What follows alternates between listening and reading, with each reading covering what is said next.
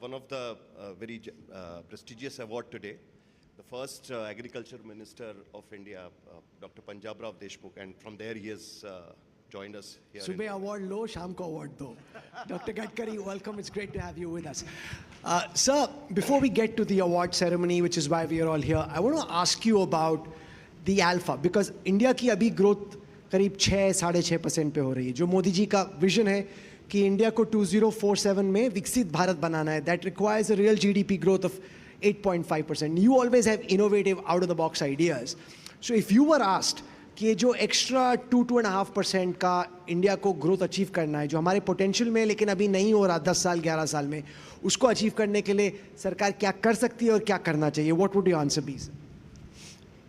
हमारे देश की ग्रोथ में 65% of population is rural, it's from rural India, and they contribute only 12% growth. In the growth, their contribution is only 12%. The first of all, it is the first priority for the government, how we can make our agriculture and rural India economically viable by creating more jobs. Now today in my own department, we have already successfully implemented a lot of experiments. First of all, in this year, the rate for the corn is going up to 2,800 rupees per quintal. Previously it was 1,200, and the MSP for the corn was 1,800.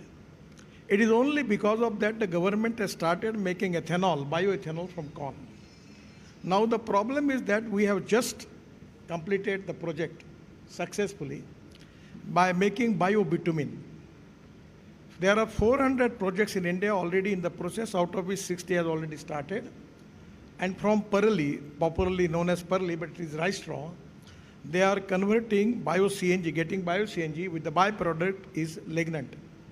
And just 8 days before, I have a big meeting with the petroleum minister, with the non-conventional energy minister, all oil company chairman, the Central Research Road Organization, with the cooperation of Praj.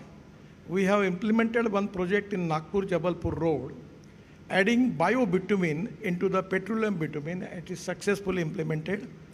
And the Central Research Road Organization has given the report that is proved to be 50% better than petroleum bitumen.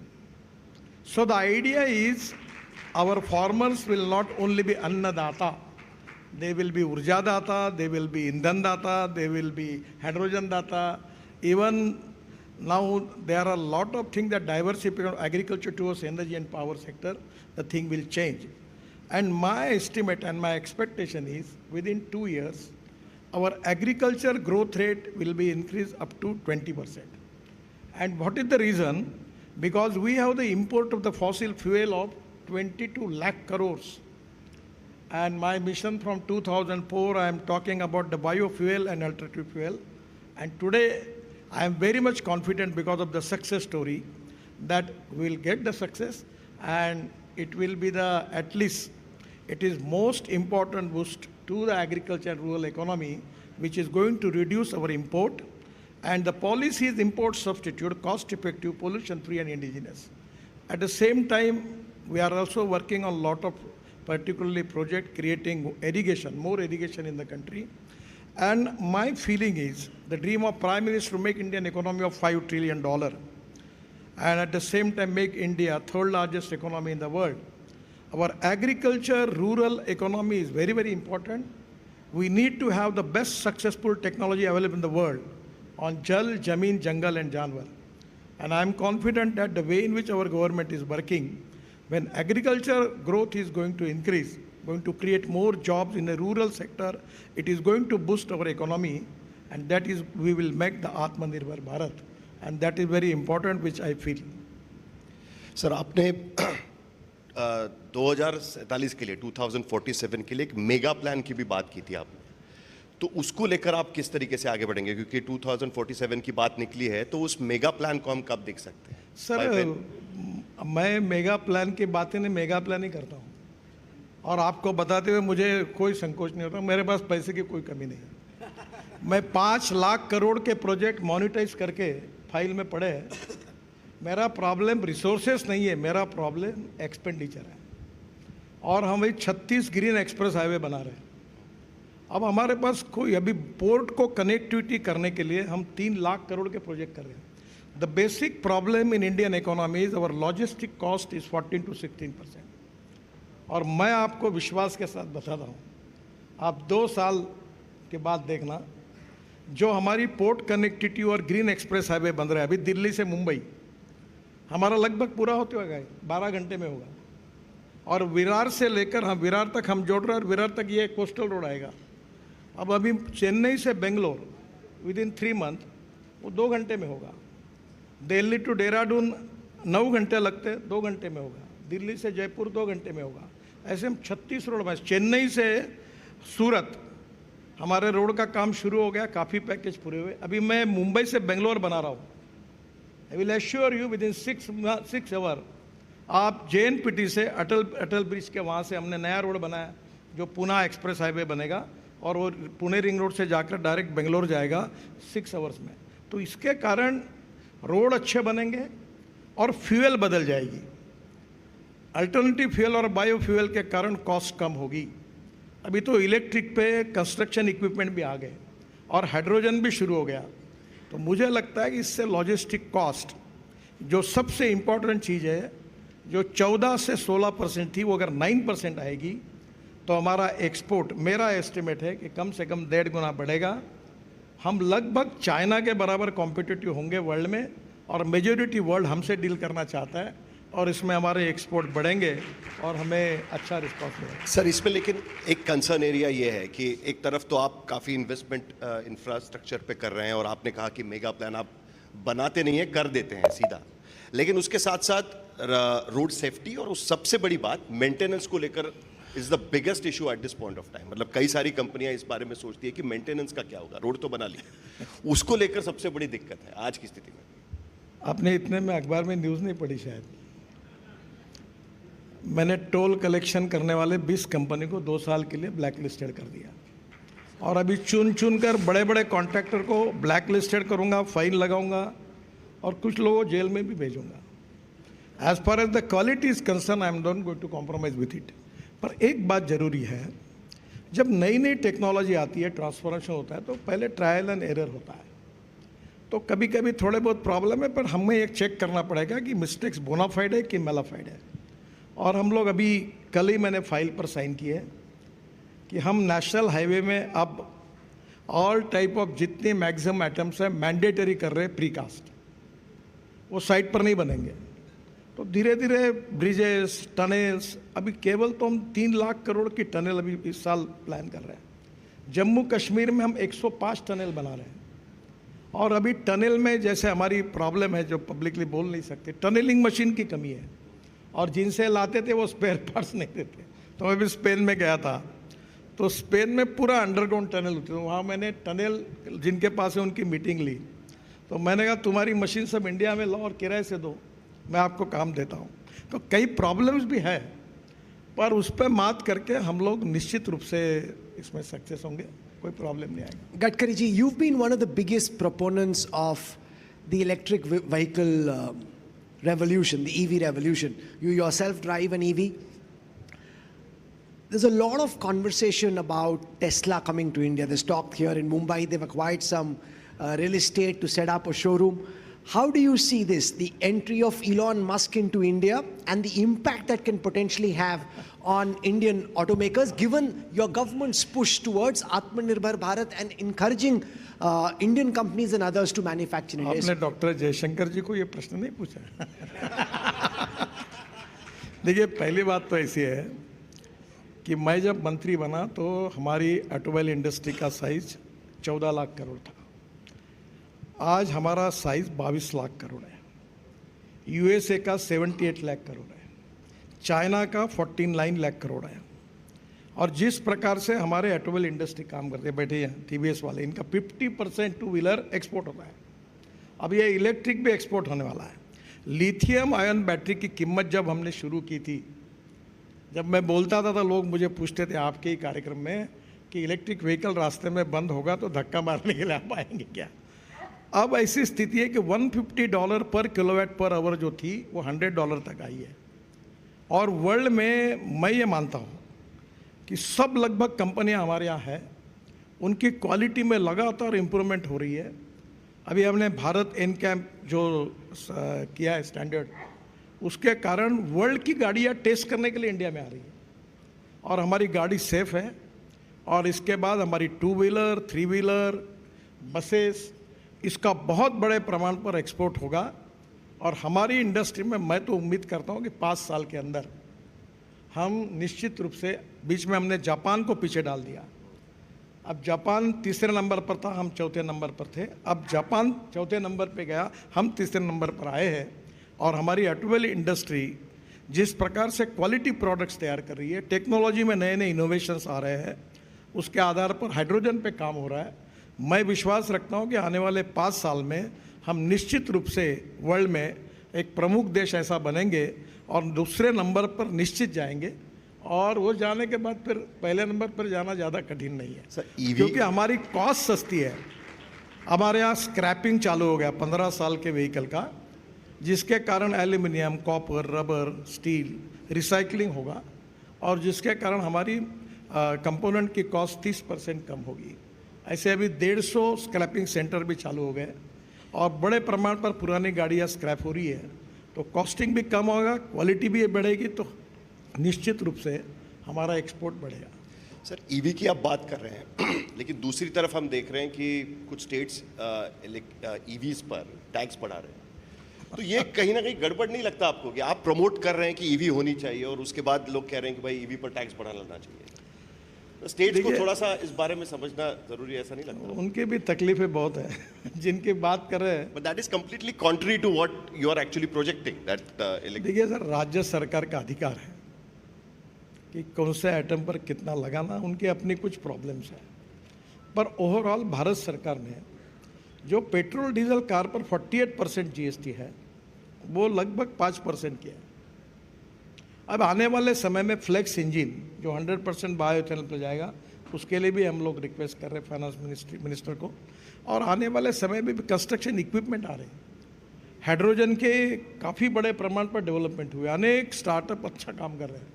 मुझे लगता है कि धीरे धीरे निश्चित, अभी UP की सरकार ने अब ये तकरार कर रहे हैं पेट्रोल डीजल वाले कि भाई उन्होंने ज़्यादा कंसेशन दे दिया, तो स्टेट टू स्टेट भी होते रहेगा।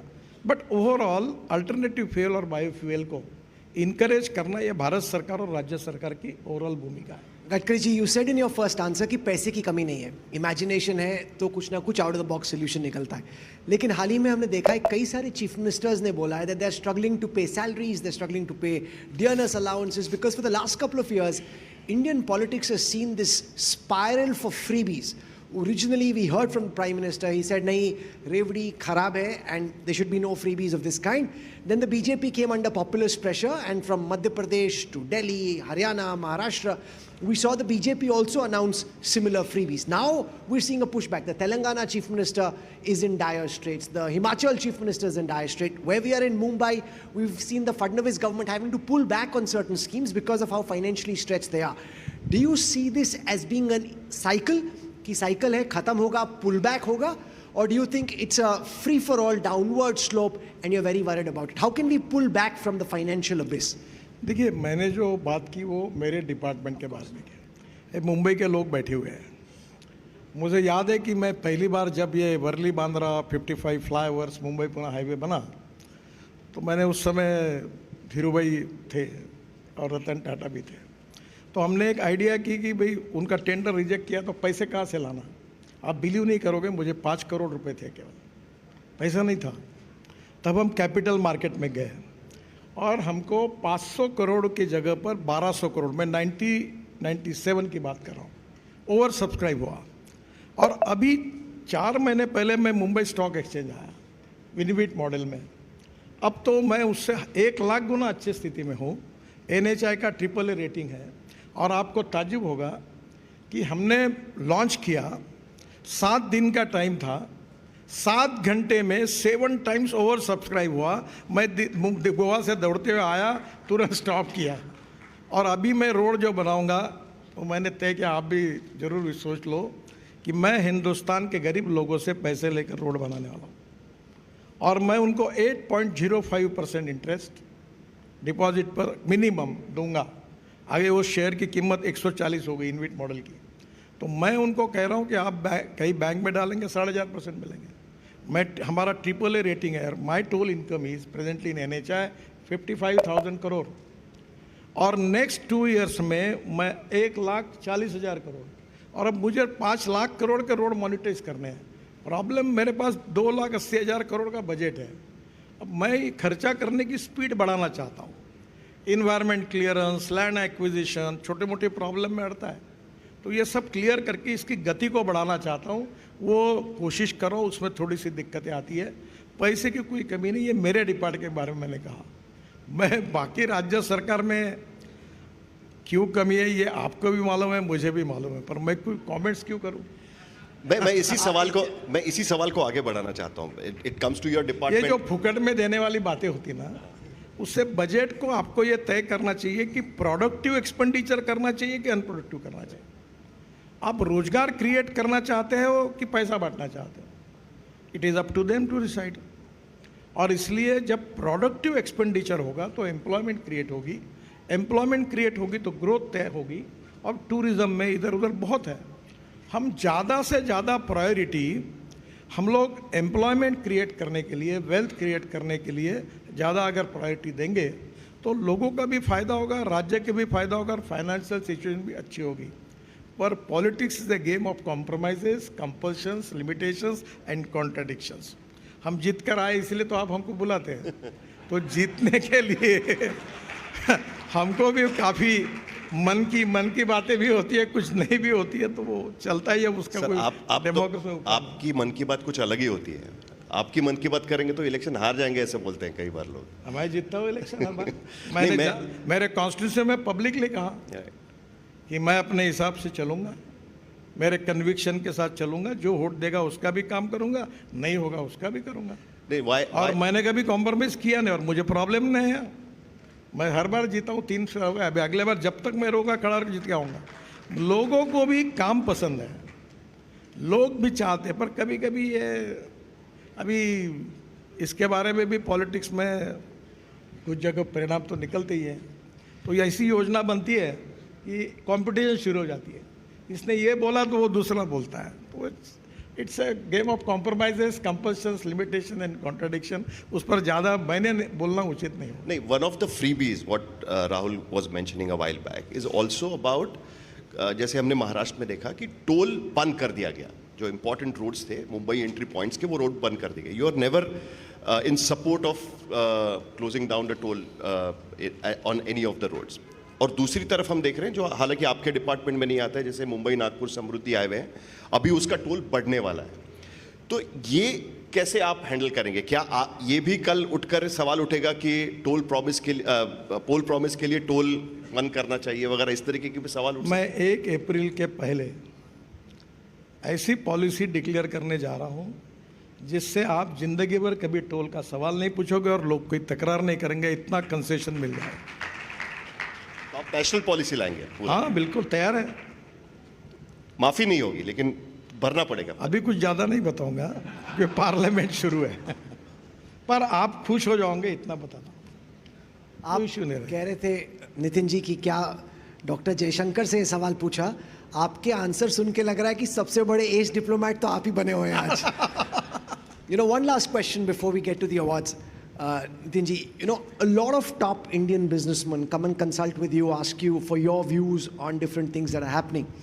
You know, at a time when there is so much global turmoil, especially on the issue of tariffs, with what President Trump is doing, what's your advice to India Inc. and everyone sitting here about how to navigate these choppy waters? The level of tariffs that get imposed are not known. You're having to deal with a lot of uncertainty. The theme of this conference is Vuconomics. So what do you think India Inc. should be doing at this moment to try and use this uncertainty and convert it into an opportunity?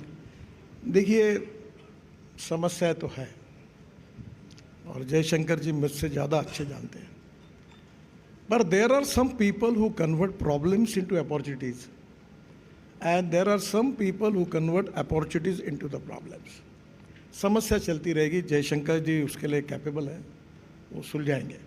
पर मैं एक बात बताता हूँ, छोटे मैं MSME का भी मंत्री था, तो मैं उनको एक बात कहता था, proven technology, economic viability, availability of raw material and marketability of the finish product. आप अगर प्रूवन टेक्नोलॉजी के साथ वर्ल्ड क्लास क्वालिटी अगर देते होंगे और आपकी कॉस्ट आप वर्ल्ड की कॉम्पिटिशन में टिकने के लिए कॉम्पिटिटिव रहती है, तो कोई कुछ भी करे, हमारा माल चलने वाला है। मैं किसी को इशारा नहीं दे रहा हूँ, कुछ कह नहीं रहा हूँ, पर क्वालिटी अगर बेस्ट है, डिज़ाइनिंग अच्छा है, तो मुझे नहीं लगता कि हमें कोई प्रॉब्लम है। पर ये समस्या है कि कितनी ड्यूटी किसके देश पे कितना लगाना, ये सब अभी एमएसएमई के लोग भी मुझे मिल रहे हैं, इंडस्ट्री वालों को भी है, क्योंकि हम बहुत से देशों में लोग एक्सपोर्ट करते हैं। तो मुझे लगता है कि इसके भी प्रॉब्लम सॉल्व हो जाएंगे, और अभी लोगों को जितना डर लग रहा है शायद मुझे लगता है उतना नहीं होगा। Always think for the best and prepare for the worst, that is to be the best policy. पर मैं समझता हूँ कि ज़्यादा तकलीफ नहीं होगी। बाकी ये भी बात डॉक्टर साहब जयशंकर जी अच्छा Mutual admiration society going over here. Ladies and gentlemen, can we have a very warm round of applause for Nitin Gadkari for making the special effort of coming over here and for being our chief guest this evening. Thank you very much, Nitin ji. Thank you so much, sir.